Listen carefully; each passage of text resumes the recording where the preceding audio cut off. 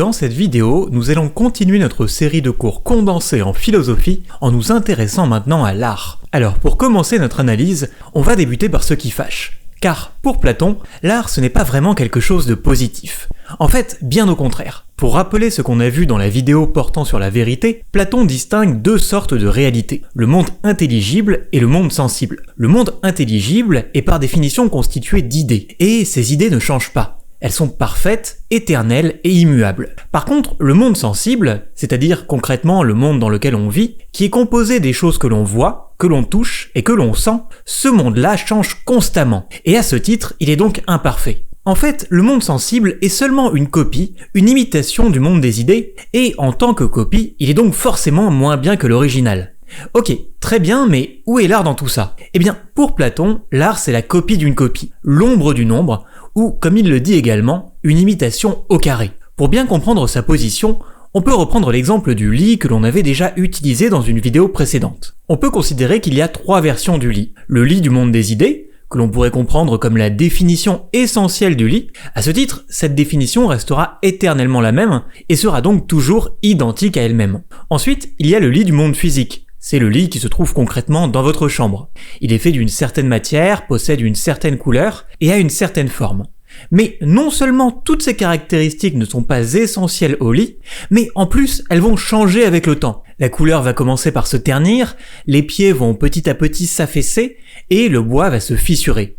Ce qui fait que dans 10 ou 20 ans, le lit que vous voyez actuellement dans votre chambre n'aura plus grand chose avec le lit que vous avez acheté à l'origine. C'est une copie dégradée du lit qui se trouve dans le monde des idées.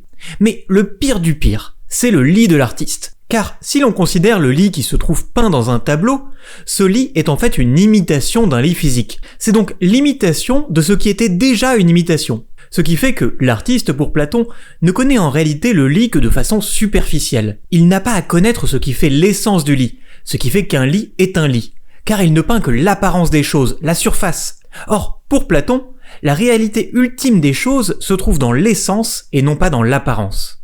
Mais alors, cela signifie-t-il que l'artiste n'apporte rien au monde, qu'il ne fait qu'imiter en moins bien ce qui se trouve déjà ailleurs ? Pas forcément.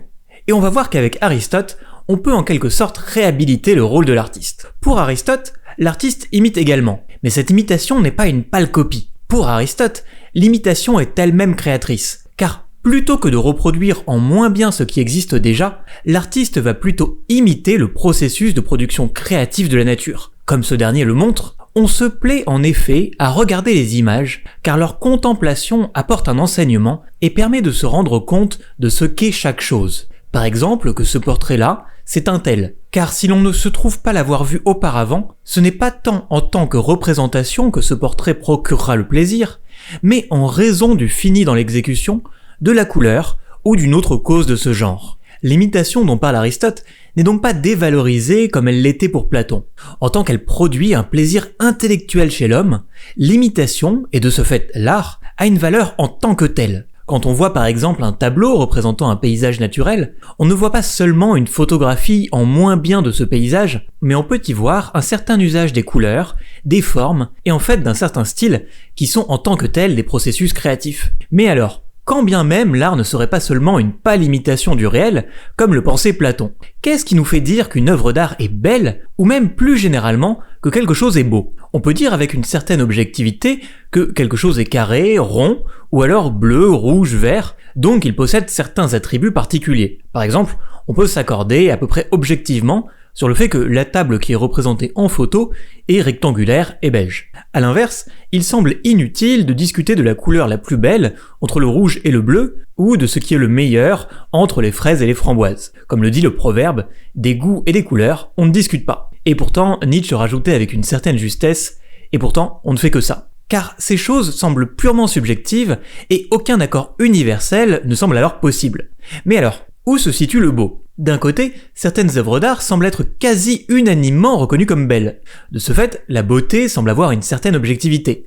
Mais ce quasi pose bien des problèmes. Parce qu'en pratique, il est bien difficile, voire impossible, de trouver des cas où l'on puisse universellement s'accorder sur la beauté de ce qui nous est présenté. Pour tenter de résoudre cette tension, Kant définit le beau comme ce qui est représenté sans concept, comme l'objet d'une satisfaction universelle.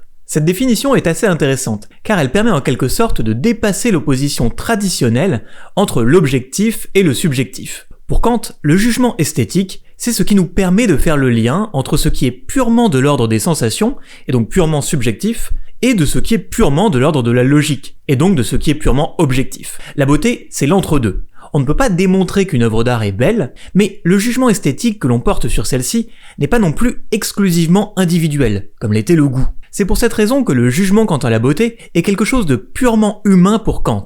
L'agréable vaut aussi pour des animaux privés de raison, mais la beauté vaut seulement pour des hommes, c'est-à-dire pour des êtres de nature animale, mais cependant raisonnables, et non pas seulement en tant que raisonnables, mais en même temps en tant qu'ils sont dotés d'une nature animale. Donc pour Kant, le jugement esthétique, en ce qu'il est désintéressé, est d'une certaine manière, au même titre que la morale, vraiment une faculté humaine particulière. Mais l'intérêt de l'art ne s'arrête pas là. Pour le moment, on a vu avec Aristote que l'art était une imitation du travail créatif de la nature, et par le biais du jugement esthétique, chez Kant, qu'il est ce qui permet de relier la raison et la sensibilité. Mais l'art ne nous permettrait-il pas également d'accéder à une autre réalité ? Pour Bergson, l'artiste est celui qui est capable de s'exprimer par-delà le langage. Pour reprendre rapidement l'analyse de Bergson quant au langage, ce dernier montre que les mots ne sont en réalité que des étiquettes qui nous permettent de communiquer sur ce qui nous est utile quotidiennement. Pour le dire très simplement, c'est assez pratique quand je vais chez le boulanger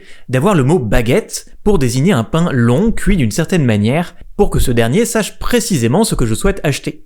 Mais le problème, c'est que ce qui fait l'avantage des mots est également ce qui en fait leur limite. Car derrière chaque mot, chaque étiquette, se cachent en réalité des choses qui sont beaucoup plus diverses et complexes. Par exemple, derrière le mot amour, nous désignons un certain sentiment. Mais chaque amour n'est-il pas singulier ? Ou plus simplement encore, derrière le mot baguette, nous désignons une certaine forme de pain.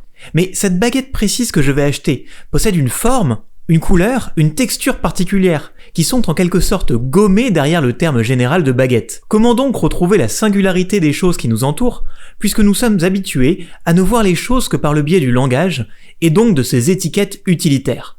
Eh bien, pour Bergson, c'est là précisément tout le but de l'artiste. Au fur et à mesure qu'il nous parle, des nuances d'émotions et de pensées nous apparaissent qui pouvaient être représentées en nous depuis longtemps, mais qui demeuraient invisibles. Telle l'image photographique qui n'a pas encore été plongée dans le bain où elle se révélera. Le poète est ce révélateur. Mais nulle part la fonction de l'artiste ne se montre aussi clairement que dans celui des arts qui fait la plus large place à l'imitation. Je veux dire la peinture. Les grands peintres sont des hommes auxquels remonte une certaine vision des choses qui est devenue ou qui deviendra la vision de tous les hommes.